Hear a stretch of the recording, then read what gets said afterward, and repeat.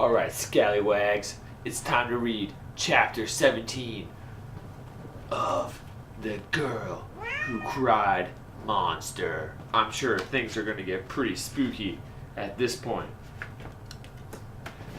Here we go. The photo was clear and sharp. Mr. Mortman's large desk stood at the center in a burst of bright light. I could see papers on the desk, the pan of turtles at the far corner, a low pile of books. Behind the desk, I could see the top of Mr. Mortman's tall wooden stool. And behind the stool, the shelves were in clear focus, even the glass jar of flies on the lower shelf. But there was no monster. No Mr. Mortman. No one. No one in the snapshot at all. He was standing right there! I cried. Behind the desk! The room looks empty, Dad said, staring down my shoulder at the snapshot in my quivering hand. There's no one there, Mom said, turning her gaze on me. He was there, I insisted, unable to take my eyes off the photo. Right there! I pointed to where the monster had stood. Randy laughed. Let me see it. He pulled the photo from my hand and examined it. I see him, he declared. He's invisible. It isn't funny, I said weakly. I pulled the photo away from him. I sighed unhappily. I felt so bad. I wanted to sink into a hole in the floor and never come out. He's invisible, Randy repeated gleefully, enjoying his own joke. Mom and Dad were staring at me, looks of concern on their faces. Don't you see? I cried, waving the photo in one hand. Don't you see? This proves it! This proves he's a monster! This doesn't show up in photographs! Dad shook his head and frowned. Lucy, haven't you carried this joke far enough? Mom put a hand on my shoulder. I'm starting to get worried about you, she said softly. I think you're really starting to believe in your own monster joke. Can we get ice cream? Randy asked. I can't believe we're doing this, Aaron complained. Shut up! You owe me! I snapped. It was the next evening. We were crouched low, hiding behind the low shrubs at the side of the library.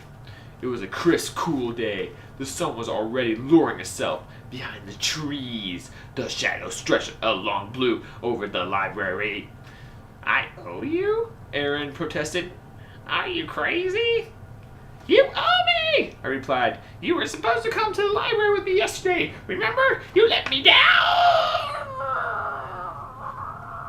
He brushed a bug off his freckled nose. Can I come and help if I had an orthodontist appointment? He sounded funny. His words were coming out all sticky. He wasn't used to his new braces yet. Yes! I insisted. I counted on you, and you let me down, and you got all the kinds of troubles. What kind of trouble? He dropped to the ground and sat cross-legged, keeping his head low in the evergreen shrubs. My parents said I'll never get allowed again to this Mormon or the fact that he's a monster. I told him. Good, Aaron said. Not good. It means I really need you, Aaron. It means they see that I'm telling the truth and tell my parents. My voice broke. They think I'm crazy. They really do. He started to reply, but he could see that I was really upset, so he stopped himself. A cool breeze swept past, making the trees all seem to whisper at us. I kept my eyes trained on the library door. It was 5:20. Past closing time. Mr. Mortman should be coming out any second. So we're going to follow Mr. Mortman home? Aaron asked, scratching the back of his neck. And spy on him at his house? Why don't we just watch him through the library window? The window's too high, I replied. We have to follow him. You and he walks home every minute. I want you to see him turn into a monster, I said, staring straight ahead over the top of the bush. I want you to believe me. What if I say I believe you? Aaron asked, grinning. Can we just go home? I pressed the hand over Aaron's mouth. The library door was opening. Mr. Mortman appeared on the front steps. Aaron and I ducked down lower. I peered through the branches of the shrub.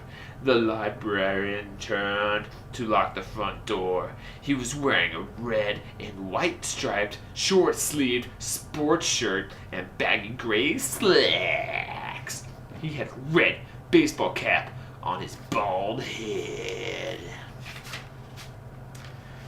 Stay far behind, I whispered to Aaron. Don't let him see you. Good advice, Aaron said sarcastically. We both shifted onto our knees and waited for Mr. Mormon to head down the sidewalk. He hesitated on the steps, replacing the keys in his pants pocket. Then, humming to himself, he walked down the driveway and turned away from us. What's he humming about? Aaron whispered. He always hums, I whispered back. Mr. Mormon and more than a half blocks away. Let's go! I said, climbing quickly to my feet. Keeping in the shadows of the trees and shrubs, I began following the librarian. Aaron followed just behind me. Do you know where he lives? Aaron asked. I turned to him, frowning. If I knew where he lives, we wouldn't have to follow him, would we? Oh, right. Following someone was a lot harder than I thought. We had to cut through front yards. Some of them had barking dogs. Some had lawn sprinklers going, and some had thick hedges we somehow had to duck through. At every street corner, Mr. Mormon would stop and look both ways of our oncoming cars. Each time, I was certain he was going to look over his shoulder too and see Aaron and me creeping along behind him. He lived farther from the library than I had expected.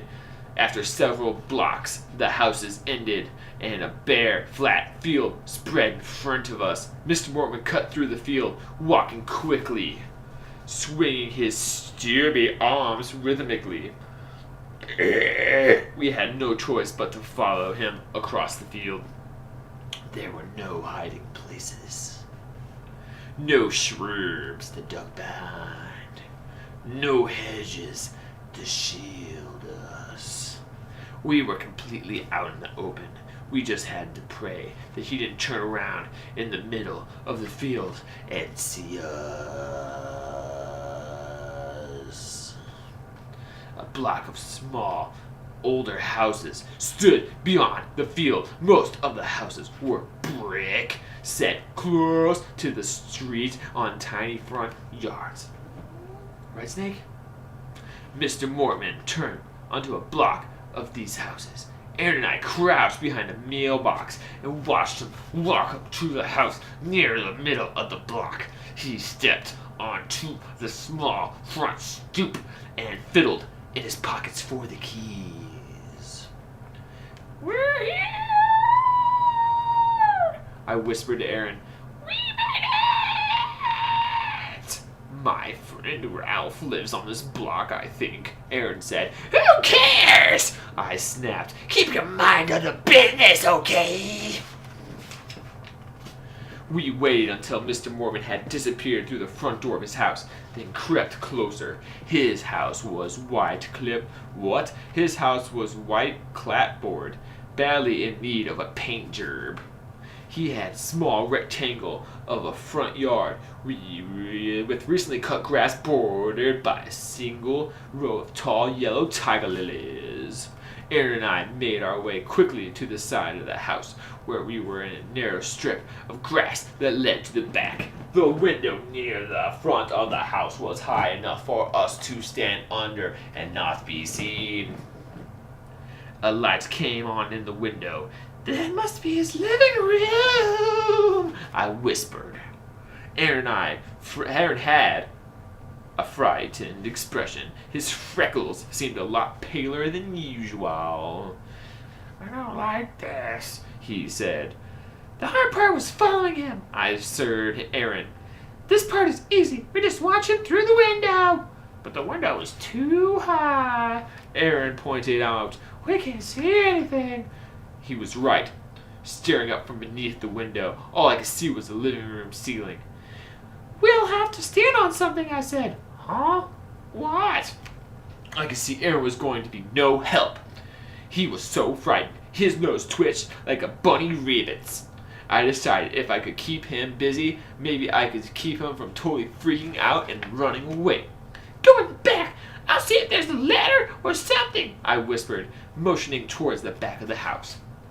Another light came on, this one in the back window. Probably the kitchen, I figured. It was also too high to see into. Wait, what about that? Aaron said. I followed his gaze to the wheelbarrow tilted against the side of the house. Yeah, maybe, I said. Bring it over. I'll try to stand on it. Keeping his head and shoulders bent low, Aaron scampered over to the wheelbarrow. He lifted it away from the house by the handles, then pushed it under the front window. Hold it steady, I said. He grabbed the wooden handles, gazed up at me fearfully. You sure about this? I'll give it a try, I said, glancing up at the high window. Holding onto Aaron's shoulder, I gave myself a boost onto the wheelbarrow. He held firmly the handles, and I struggled to find my balance in the side of the metal basket part. It's kind of tilty, I whispered, pressing one hand against the side of the house to steady myself.